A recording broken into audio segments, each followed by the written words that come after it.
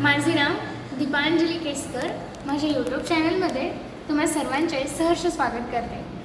आज मी असा एक निर्णय घेतला आहे की 2026-27पासून म्हणजेच की आजपासून म्हणजे पहिलं मी डेमो लेक्चर घेणार आहे यूट्यूबमध्ये.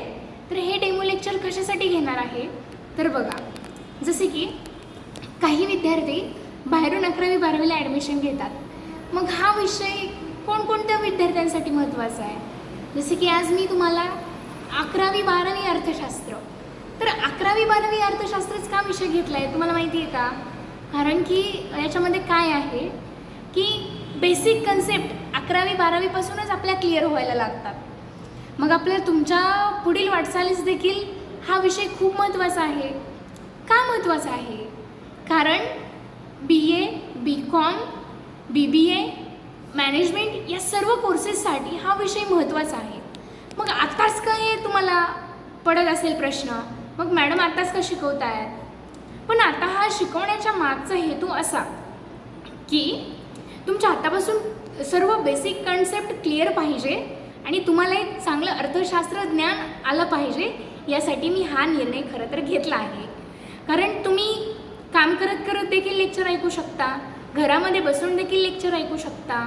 आजकाल ऑफलाईन मात्र बाहेरून 11वी-12वी जे करत असतात ते कॉलेजला जात नाहीत सहजासहजी.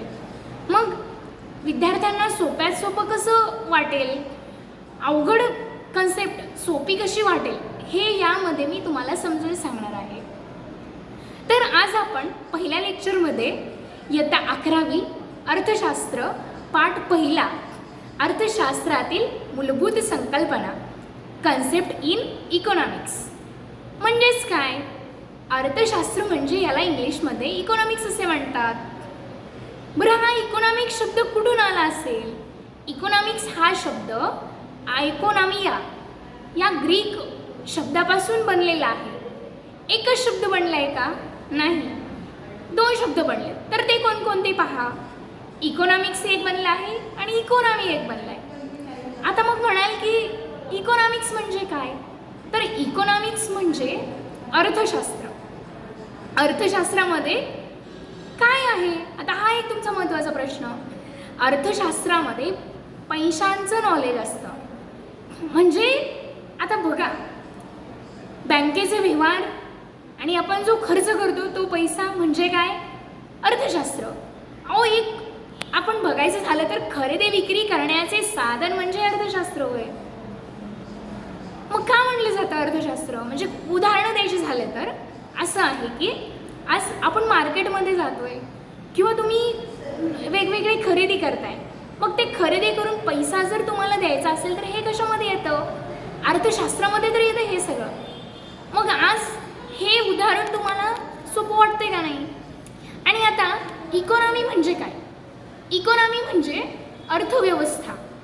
अर्थव्यवस्था म्हणजे काय की आपल्या देशाची जी परिस्थिती आहे किंवा आपल्या महाराष्ट्र राज्याची, आपल्या देशामध्ये आपल्या महाराष्ट्र राज्याची अर्थव्यवस्था ही खूप चांगली आहे. अर्थव्यवस्था आपण ही डोळ्याने पाहतोय की आजची अर्थव्यवस्था काय आहे. आणि आपल्या सरकारचं बजेट जे आपण दरवर्षी जे बजेट साजरे करत असतो आपण, ते बरोबर आहे का नाही? मग हे कशासाठी दिलं जातं? रस्ते वाहतूक, रेल्वे अशा अनेक योजनांसाठी किंवा उदाहरणांसाठी आपल्याला बजेट दिलं जातं. मग आपला हा खर्च करण्याचा हेतू किंवा आपला मकसद आपल्या गव्हर्नमेंटचा काय असतो की आपल्या देशाची किंवा आपल्या राज्याची पायाभूत सुविधा भक्कम करण्यासाठी ही अर्थव्यवस्था जी मांडली जाते ती अतिशय चांगल्या रीतीने मांडली जाते. मग हे एक तुम्हाला कन्सेप्ट क्लिअर झाली. आता बघा, सामाजिक अर्थशास्त्र म्हणजे काय? तर आजकालच्या मानवाला ज्या गरजा आहेत किंवा त्यांच्यावर जो खर्च करणारा जो गरजा आहेत, जसं की आता तुम्हाला सांगायचं झालं तर शिक्षण, आरोग्य हे सगळे काय आहेत? ते गरजाच आहेत. मग आपण कशामधून हे करतोय? अर्थशास्त्रामधून हे करतोय ना. मग हे सामाजिक शास्त्र झालं का नाही? हो, सामाजिक शास्त्र तर झालं आहे. मग आपण नैसर्गिक शास्त्र म्हणजे काय? नैसर्गिक शास्त्र म्हणजे की विज्ञान.